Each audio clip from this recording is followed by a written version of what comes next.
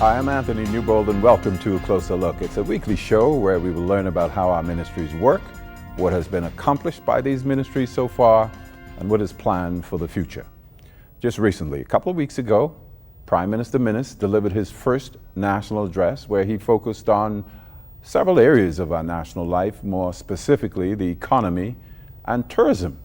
So as we begin this journey to educate you, the Bahamian public, on how your government is working on your behalf, let's welcome Deputy Prime Minister and Minister of Finance, the Honorable Peter Turnquest, to talk about the role of the Ministry of Finance in our economy. Minister, welcome to the show.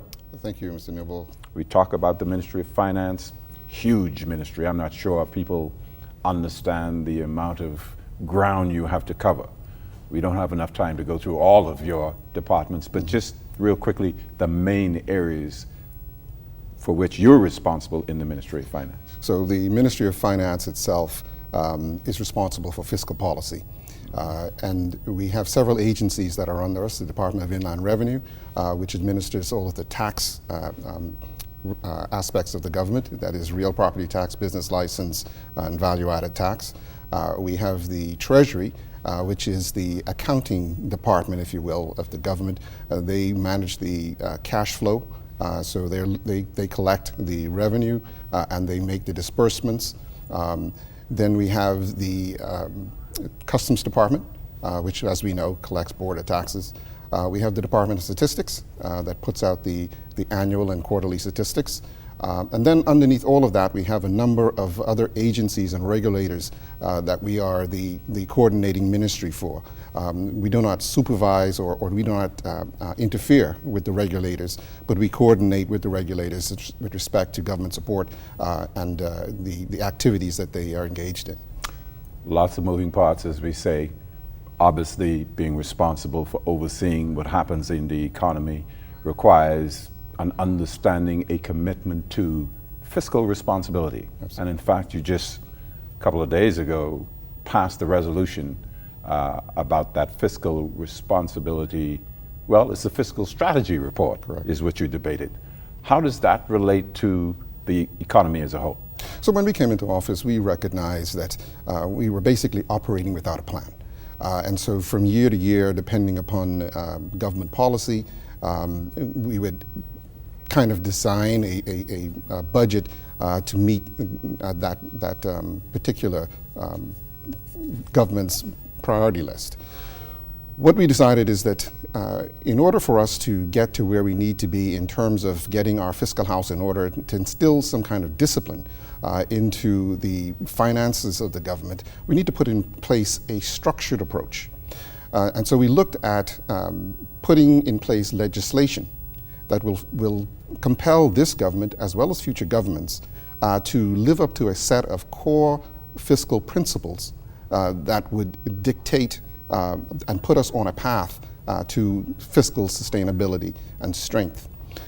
So we, in working with our partners at the IMF and with the CARTAC, the Caribbean Action Task Force, we developed this Fiscal Responsibility Act, which basically outlines targets for us over the next 3 years, which we consider the medium-term fiscal outlook, to basically guide the government in the preparation of its budget and how it will manage its fiscal affairs. A part of that, as you mentioned, is the Fiscal Strategy Report, which outlines, again, the government's strategy to achieve the core principles that are included in that Fiscal Responsibility Act. And so it gives a bit of definition as to what the government will do, what the government's priorities will be in achieving fiscal stability over the medium to long term. That fiscal strategy report, kind of shortened debate, if you will. Mm-hmm. I presume that is going to be expanded when you have the mid-year debate. That's correct. So the strategy report was not a debate on the fiscal outturn for the 6-month period. We will have that debate shortly when we present the mid-year performance report. This fiscal strategy report speaks again to the core principles of our strategy for the next 3 years and how we intend to achieve those things, the things that our objectives for the next 3 years. And as we would have indicated, it is based upon the principle of reducing our fiscal deficit to 1.8% this year, 0.8% next year, 0.5% in the third year, and then a surplus. I'm going to talk to you about that later, but I want to ask you this.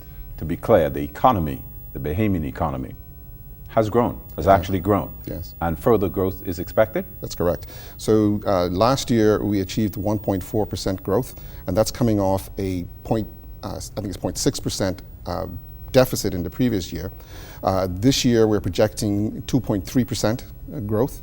And then next year we're looking at 2.1%, and then I think it's 1.7% the year after, as we even out, and it becomes the outlook becomes less certain, because obviously these are moving targets, and of course new projects come along which may cause us to revise our forecast. But at the moment, based upon what we know is in the investment pipeline, we've got 2.3 this year, 2.1 next year, and then 1.7. So these numbers are backed up by the IMF, who does their own independent analysis of our economy, and so we believe that we're fairly comfortable within the ballpark. We talk about fiscal responsibility. We talk about the fiscal strategy. I know that the government has had to pass quite a number of bills, fiscal bills, to help you flesh out, anchor your strategy. What are the major ones, without telling us about the 20-odd bills that you passed? So these, of course, the most important piece of legislation that we've passed is the Fiscal Responsibility Act. That basically underpins everything that we've been trying to achieve over the last 2 years. In addition to that, we've also had some growth enhancing legislation with respect to the Commercial Enterprise Bill, with respect to small business legislation, that we believe will spur this economic growth that we're trying to achieve. We have a number of pieces of legislation that are in the pipeline to help us to solidify our overall internal control, and to modernize the way that we do things, whether it's the Fiscal Management Act, which will replace the current Financial Administration and Audit Act. We have debt management legislation that we're going to bring in. We've got public procurement legislation that we're going to bring in. All right, we'll talk some more about those, and I want to ask you about budgeting. But we got to take a break, and we'll be back with more with the Deputy Prime Minister on A Closer Look.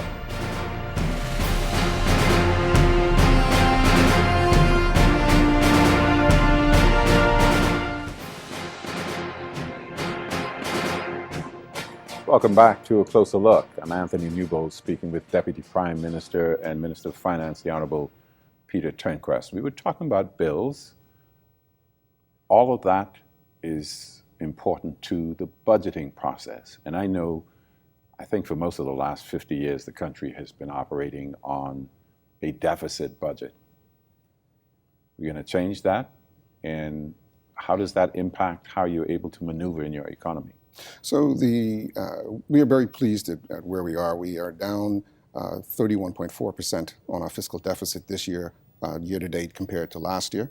So we're moving in the right direction. This is very important because, again, fiscal deficits, annual fiscal deficits, roll into your deficit or your debt, which now stands at $7.5 billion. It is important for us as a small, open economy to ensure that we keep our debt at a manageable level, because we need fiscal headroom to take into account events like hurricanes or external shocks that we do not control. And so our idea is to get our debt down to a manageable level such that we can sustain it going forward, that we do not cause a situation where our financing cost is so high that we are putting more and more of that resource towards paying interest on this debt, as opposed to the critical things that the Bahamian people need and wish. So, for instance, right now we're paying somewhere, I think it's 14% in interest cost alone, which is more than we spend on healthcare, for instance. Do you have an idea of what that is in dollars? I believe it's around $211 million a year. Which can buy a whole lot of services. Absolutely. You think about that. Yeah. So it's incumbent upon us for the long term to ensure that we do our best to bring down this debt so that we manage not only the current situation, but we don't leave a legacy of debt for our children to pay off and retard their ability to take advantage of this country and all it has to offer. As we talk about that, which presumes you are going to balance the budget, which is where you want to go, this means less borrowing? Certainly, that's the idea. As we bring down the fiscal deficit, the annual fiscal deficit, it means that we have to borrow less to finance government. And so, as I said, we've brought it down this year to down 31.4% year to date. We anticipate that we will be able to maintain that going through to the end of this fiscal year. Next year, based upon our projections, we will bring it down even more until we get to the point where we have a surplus of I think it's 0.2% that we're projecting in year 3. That means that we have to borrow less over the next year. And then as we get into the surplus, we borrow nothing. And we put ourselves in a very strong position in terms of the way that we relate to outside agencies. Our ratings strengthen, our ability to dictate terms with investors strengthens. And so we have a better position at the negotiating table in terms of ensuring that benefits to the Bahamian people are accrued. And getting a hold of that national debt, which is what I call it, getting your hands around it, allows you to really take control of your economy. The government really to have control of the Bahamian economy. Exactly. As I said when I debated on the fiscal strategy report, it is very difficult for the Bahamian people to sit at these tables in international fora and demand certain concessions or positions when the person you're looking across the table from holds your debt. Yeah. Basically, as any family would know, when you're in debt to the bank or you're in debt to the furniture company or whoever, there's very little you can say to them because they control your future. And when we speak about the rating agencies, they have the ability, based upon those ratings, to determine whether you're investment worthy or not, which has an impact on foreign direct investment and others who might want to invest in this economy. Which, for all practical purposes, we are going to need that. Absolutely. Indeed. While we are very intent on strengthening our domestic economy and encouraging small business owners in particular to engage in foreign exchange earning businesses, in the interim, we're going to need foreign direct investment because we need that foreign currency earnings. Because as you know, everything we buy or most that we consume is imported. Yeah. And you need foreign exchange for that, foreign currency for that. And so it is very important that we strengthen our domestic finances and our domestic economy such that our ratings agencies view us as positive. And we're looking towards upgrading our ratings such that we remain attractive as an investment destination, both for international investment as well as for domestic investment. Talk about money, we talk about fiscal headroom.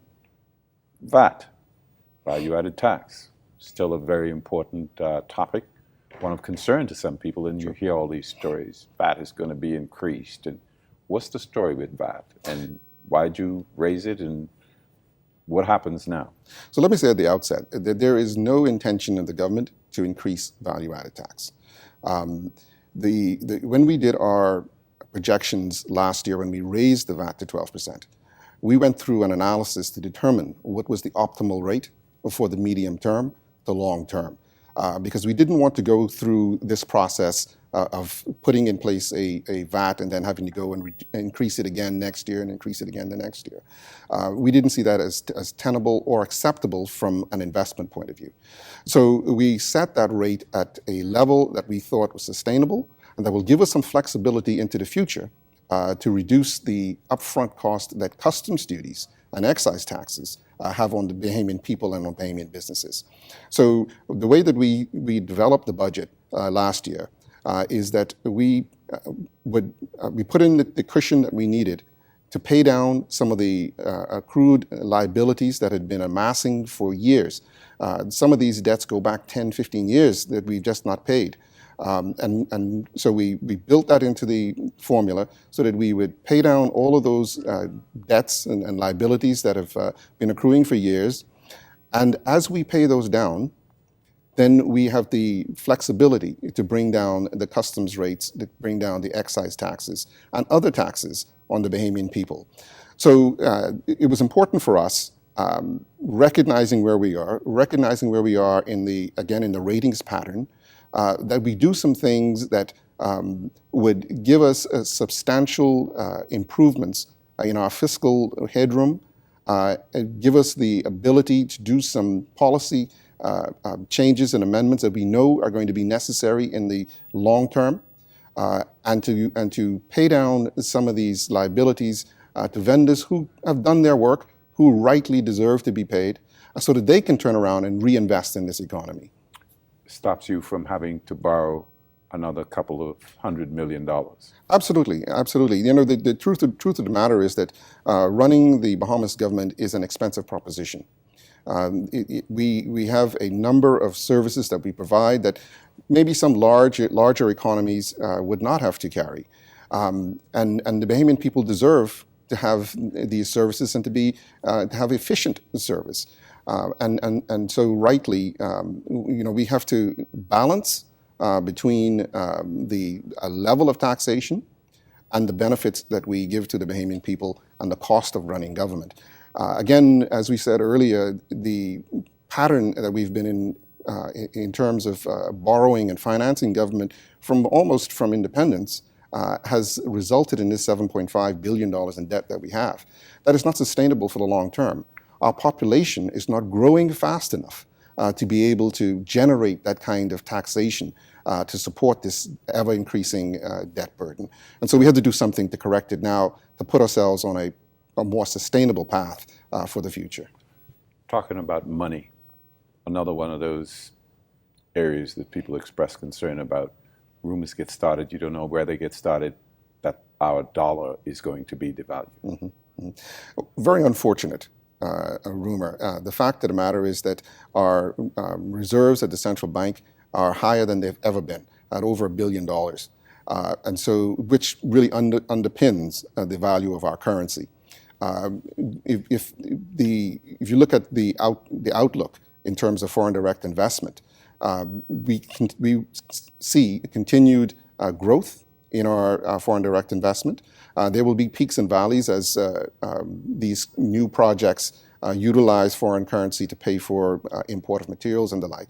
But we have, fortunately, a very strong tourism industry that is helping us to build this reserve, and we see that going into the future. So we have no doubts or concerns about our foreign currency, the value of our dollar at all.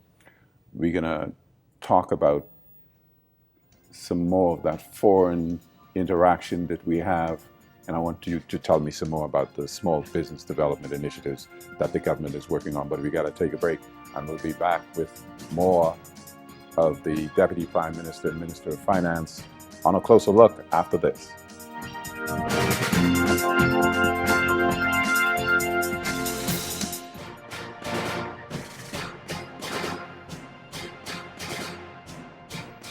Welcome back. I'm Anthony Newbold, speaking with the Deputy Prime Minister and Minister of Finance, the Honorable Peter Turnquest. Recent announcement in Grand Bahama must have been a huge relief to the people of Grand Bahama and the government, of course. How does that impact, you think, the unemployment statistics? Well, one of the things I've been saying is that, and the Prime Minister's been saying, as we get Grand Bahama's economy going again, it is going to relieve a lot of pressure on the unemployment statistics here in Nassau. Already in Grand Bahama, we had a slight tick down in the unemployment statistics. The announcement that was made this past week is going to be a tremendous asset to Grand Bahama.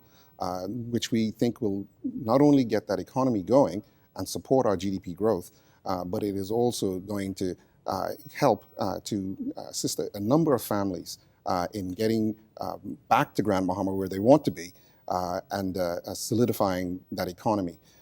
We are very, very excited about this project, as well as others that are on the board. The fact that the matter is, based upon what we know today, we have every optimism that Grand Bahama is going to be a return to its better days, and the economy of Grand Bahama will support the overall growth objective that we have.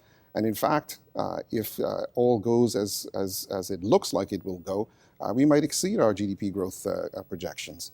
I'm sure Bahamians are happy to hear that. Jobs come from either businesses that presently exist or businesses that are created. What is the government doing to make it easier for people to do business in the Bahamas? So we have a dedicated committee that is focused on recommendations to improve the ease of doing business. And we've had several successes thus far. I think the most notable is the ease of getting your business license. We cleared out some of the challenges that were involved in that process, and I'm very proud to say that we've gotten that process down from 3 weeks down to as little as 7 days, and in most cases within 48 hours. Our goal is to get that down to hours as we introduce technology into this whole renewal process. But we're very, very proud of the progress that we've made to date. We continue to work on other improvements and customer service initiatives to make the whole experience of interacting with the government, interacting with the licensing agencies and the taxing agencies, a very efficient and a pleasant one. Yeah, talking about business, the government recently launched the Small Business Development Initiative, and I know you were involved in its launch in Grand Bahama. Yes. Tell me about how that's working. This is an initiative that I'm very proud of, and that I see a lot of potential in. We have currently 2,394 Bahamians who have signed up for the Small Business Development Center initiatives. Presently, we have 500 people that are going through the training process, which is a module that is intended to expose them to business, doing business, and also to help them to flesh out their ideas, to make sure that they are in fact viable, that there is a commercial element to their business, that it can be sustainable. And the program, the reports and the feedback that we've been getting back from this training and this exposure has been very, very positive. We have a number of entrepreneurs who have now advanced through the training and are now at the funding stage. And I'm very excited about this particular aspect because the government itself has committed $5 million per year towards this Small Business Development Center and empowerment of entrepreneurs. And through some very creative initiatives from the SBDC, we have now partnered with Scotiabank, with Royal Bank of Canada, with the Bahamas Development Bank, the Bahamas Joint Venture Capital Fund, to increase that initial investment of $5 million to now $9 million. And so that means that we have a number of funding options for small business persons and would-be entrepreneurs to help realize their dream of becoming true owners of this economy. This is a very important initiative, and I think it's the first time that any government has put this level of commitment and tangible support behind small business development. As we go forward into the future of our country, the success of the country and being able to produce that stable environment that we look for is dependent upon our support of these small businesses, and to the extent that they are successful, that they are strong, and that they are producing not only internally, but again, producing foreign exchange. So I'm very proud of this initiative. It's working fantastically well at the moment, and I believe that at the end of this term, we're going to see some very, very creative, innovative, new entrepreneurs as a result of this initiative. As we come to the end of this, Minister, something good that the Bahamian people can look forward to from the Ministry of Finance in the coming days, weeks, months? Well, again, we continue to work very hard on our ease of doing business initiatives. The Small Business Development Center, we believe, is going to be a real game changer in empowering Bahamians, and particularly those Bahamians who would have felt marginalized and not a part, or not, that they were not able to participate in this economy. One of the initiatives is that we are targeting over the hill communities and other communities that may not have been given attention in the past, to individuals who have a great idea but have no capital. So we're giving grants to them because we want to bring people up from the bottom to being able to take care of their own needs, to be able to produce and create wealth for themselves and their families. We believe that these communities, again, we all know about the Bay Street Boys and all of this. They always get all the breaks and they get all the support. The government has decided that we're going to go over the hill to the average Bahamian and ensure that they have an equal chance to be successful and to take ownership in this economy. Again, that's something that I'm very excited about, and I can talk about that forever. We're also looking at some new legislation that is going to help us to, again, strengthen our management of the country's finances, to ensure that transparency, accountability is built into the system, so that no matter who is in government, that the Bahamian people will be able to look in, to question, to debate on strategy, and to help its governments to chart the future for this country from a position of strength. Thank you very much, Minister, Deputy Prime Minister and Minister of Finance. We're going to have to get you back for another show to talk some more about the economy. Thank you for watching A Closer Look. Our guest this week has been the Minister of Finance, Deputy Prime Minister Peter Turnquest. Next week, I want you to join us when our guest will be the Minister of Tourism, the Honorable Dionisio Diaghilev.